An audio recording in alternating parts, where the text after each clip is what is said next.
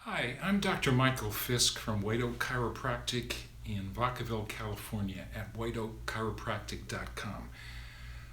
I want to explain to you the Turner cranial technique developed by Dr. Roger Turner of Toronto, Canada over the last 24 years.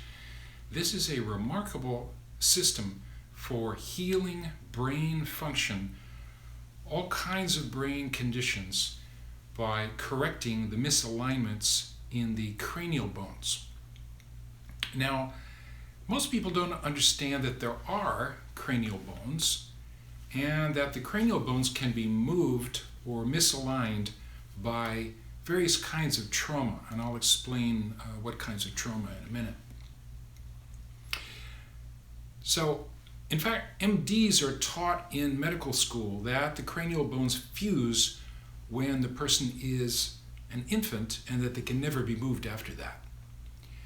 But you see, everybody knows from common sense observation that that's actually not true, because all of us have seen someone whose head has had some kind of head trauma, and now their head looks funny or distorted in some way.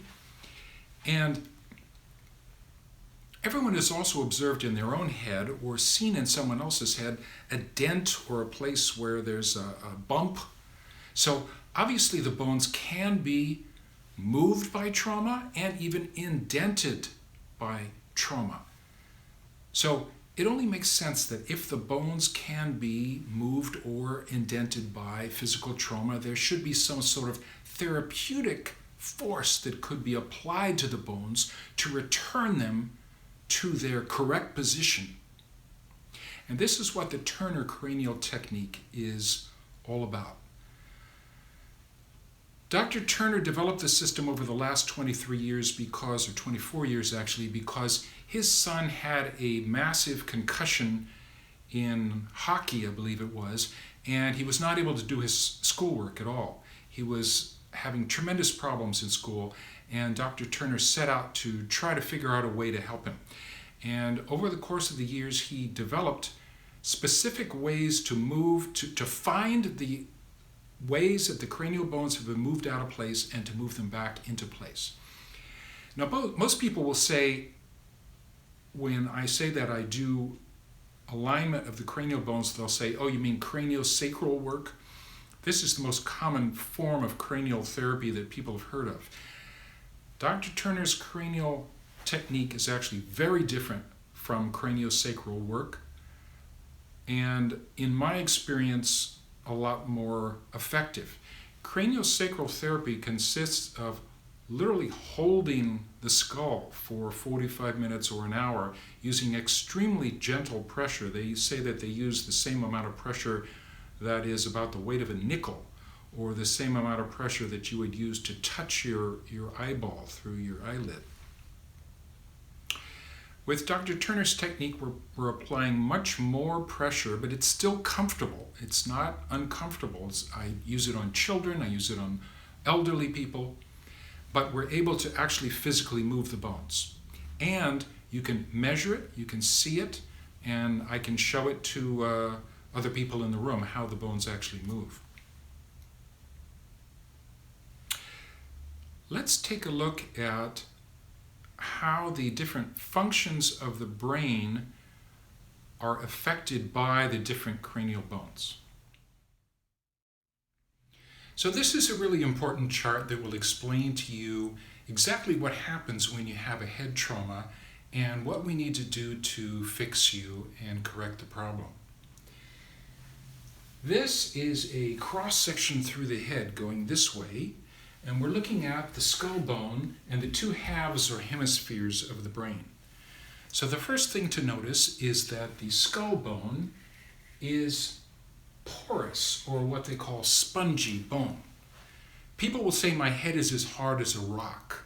That's actually not true at all. It's actually malleable. It's firm, but it's not hard like a rock.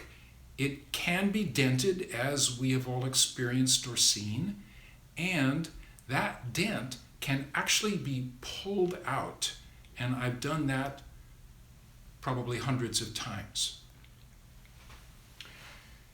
Now, when you have a dent or when you have the bones compressed by trauma, there's a whole chain of events that happens. First of all, the brain itself becomes compressed. Can you see this compression here? And here and here. This compression of the brain will cause a deficit or impairment of the brain in that area of the brain, causing that function of the brain in that area to not work as well. The other thing that's important to know is that you could see from the colored skull that the bones are all interlocked. So it's not possible to have a head trauma of any sort that only affects one function in the brain. It will affect multiple functions of the brain in different kinds of ways. The second thing to notice is that this space right here becomes compressed. Now this is a very important space called the subarachnoid space, the space between the skull and the brain. This space is where the cerebrospinal fluid circulates around the brain. It circulates 4 times every hour and is completely replaced 4 times every day. And what it does is to bring nutrition to the brain and take away the toxins. Second thing to see is that there are many small blood vessels here in the subarachnoid space which also bring nutrition to the brain and take away the toxins. And thirdly, in 2015, they made a new anatomical discovery, which is that right in this area around the brain, there is a whole network of lymphatic vessels, and the lymph system removes the toxins from the brain also. So the bottom line is, when you have a head trauma and all of these things become compressed, all of these systems become compressed, the nutrition can't get in as well and the toxins can't get out as well, and the brain is unable to heal itself from its impaired condition. So this is why you have, for example, post-concussion syndrome. What it means is you have a lot of concussion symptoms, and they will be different depending on how the head was hit and which bones were moved, but the brain is not able to heal itself from that impaired state. So what we do during this treatment is we bring this impaired state back to a normal state, opening up the subarachnoid space and allowing the brain to start to heal itself. Let me show you how we do that. So what do we do when we actually do the treatment? Let me show you on the model skull here. Now this is a mold of an actual skull, so I will be able to show you something like what I might find on you. This bone in the back here is called the occiput. It's the bone in the back of the head. These 2 bones here, which are joined by a suture here, the suture's on the top of the head. These are the 2 bones called the parietal bones. Now, I'm going to hold this up to the camera. Right here where my finger is, you can see that it's fairly smooth where my finger is sliding from the parietal bone to the occiput. Now, if I go over on this side, can you see, let me hold it at an angle, that there is a bit of a lip as I come up over the occiput. So there's a bump right there. So the occiput or occipital bone is lipping up over the parietal bone right at this point. Now the fix for this is so simple that you wonder why didn't Moses think of it or Hippocrates or somebody like that. It's just simply that I will take my thumbs or my fingers and I will push this lip back down. Now that's what I'm going to do for the whole head. I'm going to feel everything. Has the bone gone left or right or up or down or back or front? Which way is it gone? Are there dents there? and then I move them and correct it. Every time I do an adjustment on someone's head, I will check every cranial bone. Even bones in the face can be corrected if they have been hurt or injured. And it's a very profound process. People usually feel changes with this right away from the first treatment.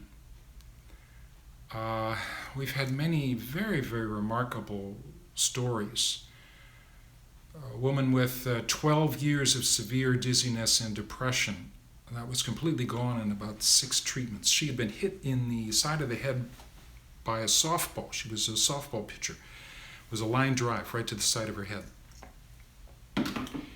And her dizziness was so bad she had to lie down for several days, take time off work. It was really, really debilitating to her. We had a small child with tremendous severe tantrums, screaming fits, waking up every night 2-3 times screaming. Mother couldn't take her into a store. The child was tremendously shy, clinging onto the mother. All of this disappeared in about 5 or 6 treatments. Had another woman with the most severe concussion that I've ever seen of or heard of. She was almost completely disabled. She couldn't walk without holding on to her husband. She was trembling all over with tremors. She had pain 10 out of 10 inside of her head, pain 10 out of 10 in her whole body. She'd been hit at 65 miles an hour, stopped on the freeway. And she was already kind of a fragile person. And this took quite a long time to treat her, some months. But not only did she completely get her life back, but she was better after the whole course of treatment than she had been before the accident. It was really a beautiful thing to see. Many other stories like that. The wonderful thing about this treatment that I want you to understand is that it works for almost any brain condition. So you saw the chart, all the different kinds of things that it can affect. So we're talking about anything from anxiety, depression, ADD, sleep problems, concentration problems, memory problems, learning disabilities in kids, difficulties with reading and writing, speech problems with kids. And we've had non-verbal autistic kids start to speak. And Dr. Turner's seen many of those, many. Autism. So, why is there an autism spectrum, and what does that mean? There is no medical explanation for why one autistic kid is very different from another autistic kid. Why one autistic kid has ADD and the other one doesn't. The explanation is all in that chart that I just showed you. And as Dr. Turner explains it, the cranial bones in a child get misaligned in different ways, and then when he believes it's connected to the vaccinations, but there could be other things that set it off as well. But let's take vaccinations for an example. Vaccinations cause an inflammatory response. They say take Tylenol, give the child baby Tylenol. That's because there's an inflammatory response. Well, an inflammatory response means the brain is swelling. If the brain is swelling inside a misaligned cranium with all of that compression on the brain already happening, and now the brain swells up further, that's going to cause further compression of that subarachnoid space and cause all of the latent or symptoms that had not yet developed to really develop. And that's why you also get different symptoms, because the bones are aligned in different ways. Misaligned in different ways, I should say.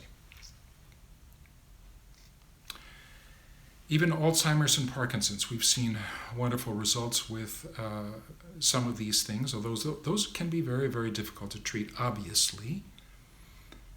But you see, if the subarachnoid space is compressed and the nutrition can't get in, the toxins can't get out, one of the toxins that needs to be cleared out of the brain regularly is beta amyloid plaque. It's a regular waste product, or regular product, I should say, of the brain. It's not necessarily always harmful, But the brain has to be able to clear some of that out so there's not too much of it there. And that's one of the problems that's associated with Alzheimer's. It doesn't explain the whole picture, but that's part of it. Cerebral palsy.